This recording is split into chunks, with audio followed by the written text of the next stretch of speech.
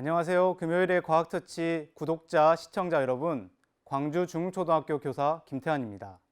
오늘은 피보나치 수열과 식물의 광합성이라는 주제로 이야기를 나눠보겠습니다. 피보나치 수열, 숫자, 약간 수학이랑 가까운 느낌이고요. 식물의 광합성, 과학 중에서 생물하고 관련이 깊은 것 같습니다. 수학과 과학 두 개가 서로 연결된 주제인데요. 어떤 이야기가 펼쳐질까요? 먼저 피보나치 수입니다. 피보나치 수는 이탈리아 수학자 피보나치가 자신의 책 저서에서 처음으로 소개한 수열입니다. 수열은 수가 어떤 규칙을 가지고 나열되는 패턴을 의미합니다. 이 삼반서라는 책에서 토끼의 번식에 관련된 문제를 설명하면서 피보나치 수열을 처음으로 소개했는데요. 피보나치의 수, 이것은 이렇습니다. 피보나치의 수는 0과 1로 시작하고 그 다음 수는 바로 앞 두 수의 합을 말합니다. 그러면 이런 식으로 숫자가 계속해서 패턴이 이어지겠죠. 한번 살펴보겠습니다. 0하고 1로 시작되고 그 다음 수는 앞 두 항의 합입니다. 1이 되고, 그러면 그 다음 수는 1과 2를 더하면 2, 그 다음 수는 1과 2를 더해서 3, 그 다음 수는 2와 3을 더해서 5, 그 다음 수는 8, 그 다음 수는 13, 그 다음 수는 21, 그 다음 수는 한번 예상해 볼까요? 네, 34입니다. 그 다음 수는 55. 이런 식으로 계속해서 숫자가 일정한 규칙을 가지고 반복되는 패턴을 피보나치의 수열이라고 합니다. 피보나치의 수열을 이렇게 피보나치가 처음으로 소개하였고, 후대에 많은 학자들이 피보나치 수를 분석하고 체계화하고 정리를 해봤습니다. 그래서 이렇게 나열된 피보나치의 수를 B와 비율로 한번 그 관계를 확인해 봤는데요. 그 뒤 항에서 앞의 항을 나눠보는 겁니다. 그러면 수와 수 사이에 어떤 관계를 찾을 수가 있어요. 그래서 2에서 1을 나누고, 그러면 계속해서 이렇게 몫이 나옵니다. 3 나누기 2는 1.5, 5 나누기 3, 그 다음에 그 다음 항에서 그 앞항을 또 나눕니다. 이렇게 해서 계속해서 나누다 보면 어떤 수에 점점 가까워지는 것을 확인할 수가 있었어요. 그래서 이렇게 계속해서 나누다 보면 이 숫자에 가까워집니다. 1.618이라는 숫자에 가까워지고 있는데요. 이것은 후대의 학자들이 황금 비율이라고 하여서 어떤 직사각형 또는 어떤 선분이 1대, 1.68대 1의 비율을 가질 때 굉장히 심리적으로 안정감, 균형감, 아름다움을 준다고 해서 황금 비율이라고 이렇게 정리를 하고 있습니다. 그래서 피보나치 수가 이런 관계를 가지고 있다는 것을 나중에 우리가 알게 되었죠. 또 이런 것을 기하학적으로 한번 표현을 해보겠습니다. 1이라는 정사각형, 그리고 그 옆에 그 다음 항이 1이고요. 그 다음 항은 뭐였죠? 그렇습니다. 2, 그리고 그 다음 항은 3이었고요. 그 다음 항은 5, 다음 항은 8, 그 다음 항은 13, 그 다음 항은 21. 이런 식으로 기하학적으로 연결된 형태로 표현을 할 수가 있거든요. 그래서 이것을 대각선 형태로 쭉 연결하다 보면 이런 나선 모양이 나옵니다. 이런 나선 모양은 자연에서 볼 수 있는 앵무족의 이런 무늬하고도 닮았다고 해요. 이렇게 피보나치 수를 황금 비율 그리고 기하학적으로도 정리할 수 있고요. 이번에는 황금 각도로도 정리할 수가 있습니다. 아까 황금 비율이 1.1대 1.1681이라고 했잖아요. 이것을 각으로 원으로 표현을 하면 그 각도가 137.5도가 나옵니다. 이 황금 각도가 이렇게 되어 있어요. 그래서 처음에 피보나치의 수를 소개하였고, 후대의 수많은 학자들이 이것을 분석하고 체계화하고 정리하다 보니까 황금 비율, 황금 각도 이런 것들을 찾았고요. 그리고 이것을 실제 사회나 생활 그리고 학문에서 굉장히 많이 활용하고 있다고 해요. 그런데 놀랍게도 자연계에서도 이러한 수를 찾을 수가 있다고 합니다. 이것은 해바라기 꽃이에요.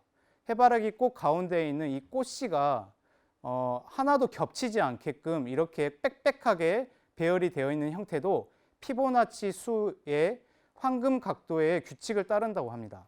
이렇게 피보나치의 수는 자연에서도 찾을 수가 있다고 해요. 정말 놀랍죠? 좀 더 자세히 보면 해바라기 꽃씨의 이 배열 형태가 이렇게 세 가지 색깔 형태로 나타나는데요. 먼저 이 하늘색은 이 개수가 몇이라고 되어 있죠? 네, 피보나치의 수열의 형태의 숫자들이 다 포함이 되어 있는 형태가 되어 있습니다. 그리고 뭐 토끼풀이나 세이클로바 이런 잎의 개수도 피보나치의 숫자 아까 몇이죠? 네, 이런 것도 여기에 포함이 되어 있고요. 그 다음에 소나무의 솔방울의 무늬 한번 볼게요. 이것을 이렇게 선생님이 한번 찍어봤는데요. 이 무늬 패턴이 시계 방향과 반시계 방향으로 개수를 셀 수가 있어요. 그래서 선생님이 이렇게 시계 방향의 개수를 세볼게요. 이렇게 세보면 피보나치의 수 형태가 나옵니다. 그래서 몇이죠? 네, 13. 그리고 그 반대 패턴으로도 또 돌려보면 8이라는 이런 피보나치의 수요가 자연계에서도 많이 찾을 수 있다고 합니다. 이 솔방울이 펼쳐지기 전의 모습과 파인애플의 무늬에서도 똑같이 찾을 수가 있고요. 선생님이 또 좋아하는 구절초의 꽃에서 가운데에 있는 해바라기 꽃같이 이 안에 있는 가운데 꽃잎에 이 배열된 무늬의 패턴의 개수 역시도 피보나치의 수를 찾을 수가 있다고 합니다. 정말 놀랍지 않죠? 놀랍지 않은가요? 그래서 본격적으로 이 피보나치의 수와 식물의 잎에 관련된 공부를 하기 전에 식물의 특징에 대해서 잠깐 살펴보도록 하겠습니다. 식물은 지구상 생명의 모든 생명의 근원이 되겠지요. 그 이유는 무엇일까요? 그것은 바로 광합성을 하기 때문입니다. 광합성을 한다는 것은 양분을 만든다는 거예요. 이산화탄소와 물 그리고 여기에 햇빛이 더해지면 식물은 포도당과 산소를 만들어내잖아요. 여기서 양분을 만들어내고요. 그렇기 때문에 이 식물은 햇빛을 더 많이 받기 위해서 아주 다양한 전략을 펼치게 됩니다. 이 광합성이 일어나는 주요 기관이 바로 잎이죠. 꼭 잎에서만 광합성이 일어난다고 볼 수는 없지만 가장 많이 일어나는 곳이 바로 잎입니다. 그래서 이 잎은 나무의 가지나 줄기에 붙는 곳이고요. 햇빛을 받아서 양분을 만드는 기관이라고 할 수 있겠습니다. 그래서 종에 따라서 모양이 수십 가지, 수백 가지, 여러 가지가 돼 있어요. 잎의 구조를 조금 더 자세히 살펴볼게요. 그러면 여기는 잎 자루라고 합니다. 약간 부채의 손잡이 같은 느낌이에요. 그리고 여기는 잎 몸이라고 하고요. 그리고 가운데에 있는 이 무늬, 이거는 여러분이 잘 알고 있을 것 같은데 뭐라고 하죠? 네, 잎맥이라고 합니다. 가운데 아주 선명한 것을 주맥, 옆에 펼쳐져 있는 것을 측맥이라고 합니다. 그래서 이러한 잎이 광합성을 하게 되는데 그냥 막 잎이 나는 것은 아니에요. 잎이 어떠한 규칙을 가지고 차례대로 나는 것을 잎차례라고 합니다. 그래서 골고루 햇빛을 많이 받을수록 이 식물이 아주 건강하겠죠. 그래서 이러한 잎차례를 갖도록 하는 거고요. 그리고 전략적으로 굉장히 많은 잎을, 무수히 많은 잎을 이렇게 만들어내요. 그래서 그것을 막 흐트러 놓는 것이 아니라 어떠한 규칙과 배열로 이렇게 차례를 배열하게 됩니다. 그래서 이러한 잎차례의 종류는 모든 식물을 규정할 수는 없지만 크게 4가지로 분류를 해요. 또는 이거 외에도 예외가 있을 수는 있지만 크게 4가지입니다. 어긋나기, 마주나기, 돌려나기, 그리고 뭉쳐나기입니다. 약간 식물학적 용어는 조금 더 어려운 말이지만 쉬운 말로 선생님이 적어봤어요. 그렇다면 이 말뜻에서 어떤 모양으로 잎이 차례대로 난다는 것일까 한번 생각해 볼까요? 어긋난다, 만주난다, 돌려난다, 뭉쳐난다. 한번 하나씩 살펴보도록 하겠습니다. 먼저 어긋나기예요. 어긋나기는 이렇게 줄기가 있으면 마디마디에 이렇게 잎이 붙는데 어긋나는 것은 어떻게 잎이 붙겠습니까? 이렇게 그 다음 잎은 이렇게 어긋나게 붙는 겁니다. 좀 더 쉽게 이야기하면 마디에 잎이 하나 붙는 거예요. 하나. 그렇기 때문에 어긋나는 겁니다. 하나 붙는 것이 어긋나기예요. 그래서 선생님 집 앞에 있는 나무들을 살펴봤어요. 이것은 황금 가시나무 어때요? 어긋나 있습니까? 네. 그리고 이거는 왕벚나무입니다. 어때요? 잎차례 잘 보입니까? 그리고 이것은 여러분이 잘 알고 있을 것 같은데요. 동백입니다. 동백도 어긋나기입니다. 두 번째로는 마주나기예요. 마주나는 건 어떻겠습니까? 이렇게 줄기에 마디가 있으면 잎이 이렇게 두 개씩 나는 것입니다. 이렇게 돌려서 마주날 수도 있겠지요. 이렇게 두 개, 마디에 잎이 두 개 붙는 것을 마주나기라고 합니다. 이게 대표적인 것은 바로 단풍나무예요. 단풍나무 이 잎에 마주나기 잘 보입니까? 마디에 두 개가 이렇게 붙어 있습니다.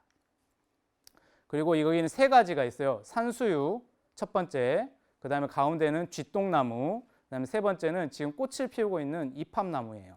이거 전부 다 마주나기 형태의 식물입니다. 잎이 이렇게 서로 마주보고 있어요. 마디에 두 개의 잎이 나고 있는 겁니다. 라일락도 마찬가지로 마주나기입니다.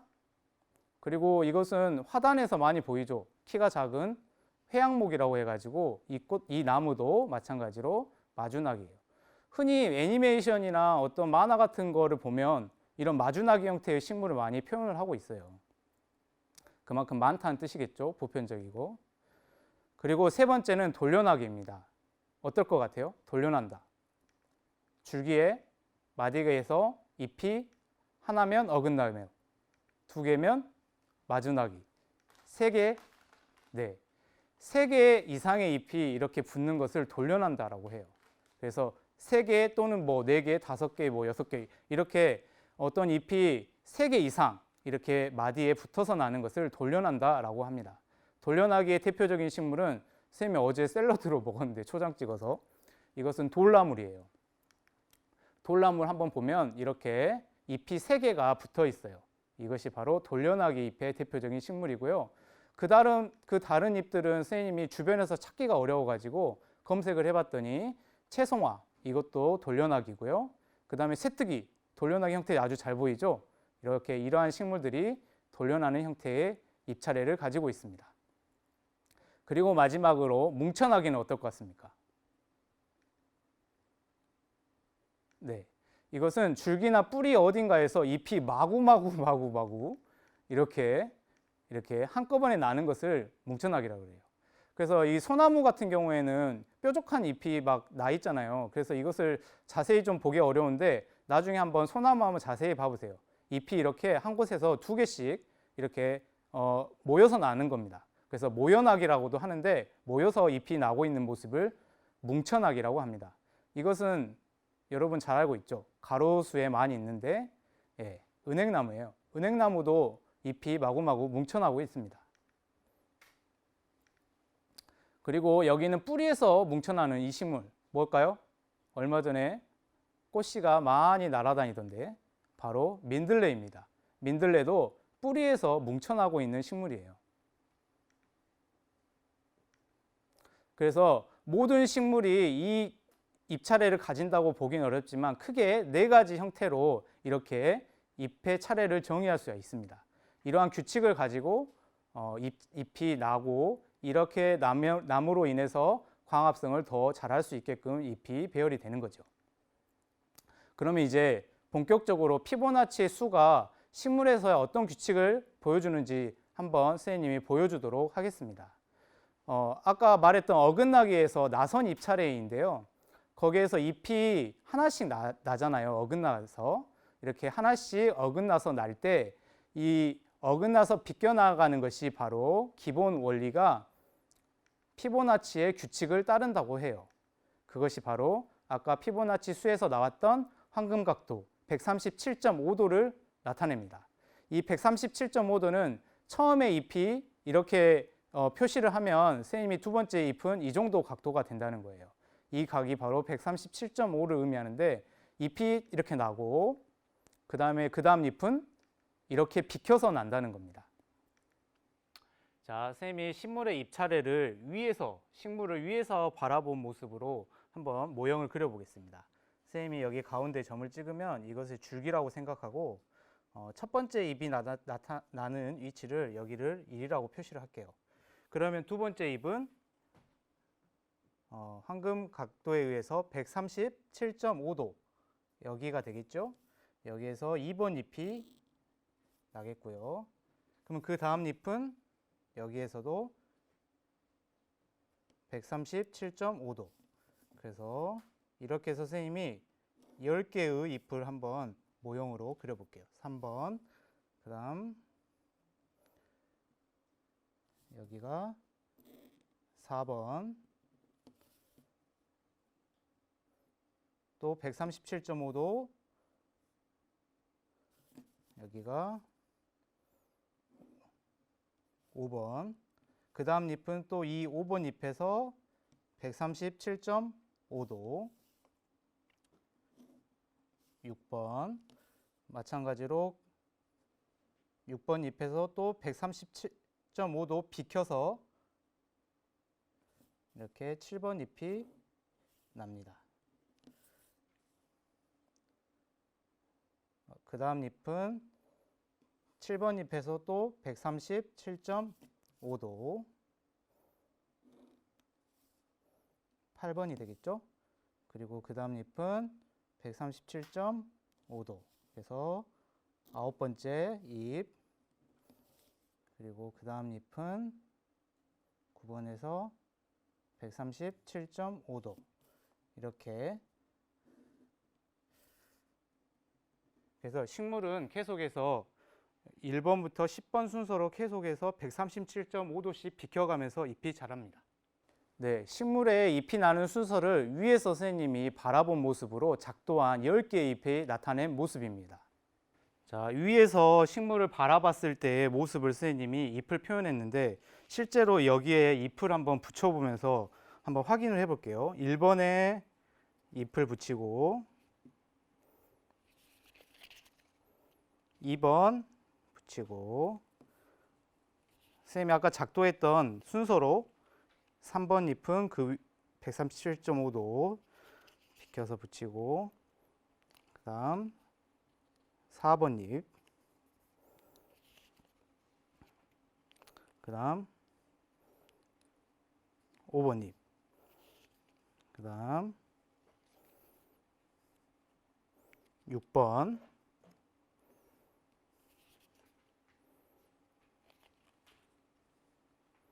7번, 8번, 9번, 10번. 식물은 이렇게 이런 순서로 137.5도씩 비켜 나가면서 잎이 나게 됩니다. 이렇게 식물의 잎이 137.5도씩 비켜나면서 이렇게 자라게 되면 이렇게 겹쳐지는 부분이 약간 최소화되면서 보다 더 많은 햇빛을 받고 많은 광합성을 할 수 있는 형태로 되겠습니다. 좀 평면으로 해보니까 아쉬우니까 이번에는 선생님이 입체적인 것으로 한번 해보겠어요. 그러면 이것은 그냥 각도기로 하기에는 좀 어렵기 때문에 선생님이 간이 각도기를 한번 만들어 볼게요. 이렇게 그냥 아무 종이를 반으로 접은 다음에요. 그 다음에 한쪽 면을 대각선으로 접어요. 그러면 각도가 몇 도 정도 나올까요? 그렇습니다. 이쪽 반은 90도, 이쪽도 반을 접은 것은 45도예요. 그러면 두 개를 합치면 135도가 되겠죠. 그러면 아까 말했던 137.5랑 거의 비슷한 각도가 나왔어요. 그래서 선생님이 각도기 이용해서 2.5도 정도 약간 좀 더 비켜서 접어 보겠습니다. 그래서 이렇게 표현해 보면 이게 바로 137.5도가 되는 간이 각도기가 돼요. 선생님이 이제 이것을 들고 아까는 위에서 바라본 평면의 모습을 선생님이 만들어 봤는데 이번에는 입체적으로 조금 더 여러분들한테 자세하게 보여줄 수 있도록 한번 해보겠습니다. 잎을 미리 준비했고요. 간이 각도기 준비했고요. 그 다음에 식물의 줄기가 되는 부분 수습강으로 준비했습니다. 그리고 아래에 받침대가 될 수 있는 부분을 종이컵으로 받침대를 만들었어요. 자, 그래가지고 선생님이 마디를 표현했어요. 아까 식물의 잎을 한 10개 정도 한번 여러분들한테 작도해서 보여줬으니까 입체적인 모습도 한번 10개 정도 표시를 해봤습니다. 자, 그래가지고 선생님이 간이 각도기 여기 보이나요? 137.5도 간이 각도기를 이용했어요. 그래서 처음에 잎은 여기에 가고 두 번째 잎부터 이렇게 137.5도씩 비켜나면서 이렇게 137.5도씩 비켜나게끔 입차례를 붙여 보겠습니다. 그래서 선생님이 또 137.5도 비켜서 그 다음 잎이 이렇게 해서 자라는 모습을 표현하고 있어요.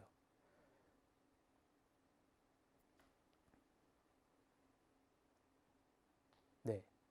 그래서 위에서 이렇게 바라보면 이런 모습이 됩니다. 그래서 식물은 기본적으로 이러한 잎차례의 규칙을 가지고 잎이 자라요. 그래서 아래쪽에 있는 1번 잎부터 차례대로 137.5도 피보나치의 수 규칙에 따라서 조금씩 비켜나가면서 자라는 모습이에요. 어때요? 네. 그 다음 이것은 옆에서 바라본 모습이에요. 옆에서 바라보면 10개 잎이 이런 모습으로 보이겠죠? 자, 그래서 선생님이 오늘 피보나치의 수부터 그 다음에 식물의 잎 차례 그리고 이것의 규칙성까지 같이 한번 쭉 살펴봤는데요. 식물의 잎이 피보나치의 수에 따라서 이렇게 생겨나는 이유는 무엇일까요? 그래요. 이렇게 조금씩 잎이 비켜나가게 자라면서 햇빛을 많이 받기 위해서겠죠. 그리고 그 위에 또 다른 잎이 나는 것을 막기 위해서. 그래서 조금씩 비켜서 자라고요. 그래서 아래 잎도 똑같이 광합성을 잘 받을 수 있도록 이런 규칙을 가지고 자란다고 합니다. 그렇다면 만약에 식물에서 이러한 규칙을 따르지 않는다면 어떤 일이 일어날까요? 그래요. 광합성이 잘 일어나지 않겠죠. 그 식물의 잎이 자기의 잎에 또 다르게 이렇게 가려져서 광합성이 잘 안 될 거고 뭐 심지어는 식물이 죽을 수도 있을 것 같습니다.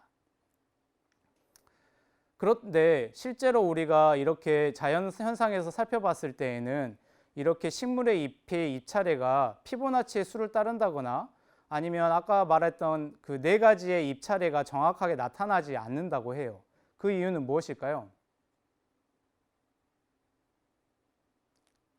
그렇습니다. 식물은 전부 다 사는 환경이 모두 다 다르기 때문에 그래요. 아까 햇빛이 잘 받아야 되고 그다음에 공기, 습기 이런 것들이 많은 영향을 받으면서 잎이 자라고 광합성을 하잖아요. 그래서 주변에 어떠한 방해되는 물질 또는 경쟁을 하게 되면 잎이 안 나기도 하고 또 마디에서 또 다른 잎을 다른 쪽으로 나게끔도 되고 이런 식으로 잎 차례를 지키지 않고 환경에 적응하면서 잎 차례를 배열하게끔 되어 있습니다. 그래서 실제로 기본 원칙과 규칙은 가지고 있지만 실제 환경에 적응하면서 다양한 모습으로 잎 차례가 나타나기도 합니다. 자, 오늘 선생님과 함께 피보나치 수 그리고 식물의 광합성이라는 주제로 함께 이야기해 보았는데 어때요? 많은 도움이 되었나요? 네, 지금 날이 굉장히 따뜻해졌고 식물이 아주 엄청난 부피와 길이 생장을 하고 있는 시기입니다. 여러분도 한번 산책하면서 오늘 선생님과 함께 나눴던 이 이야기를 상기하면서 한번 이 식물에 한번 관심을 갖고 잎을 살펴봐 주기를 부탁드리겠습니다. 감사합니다.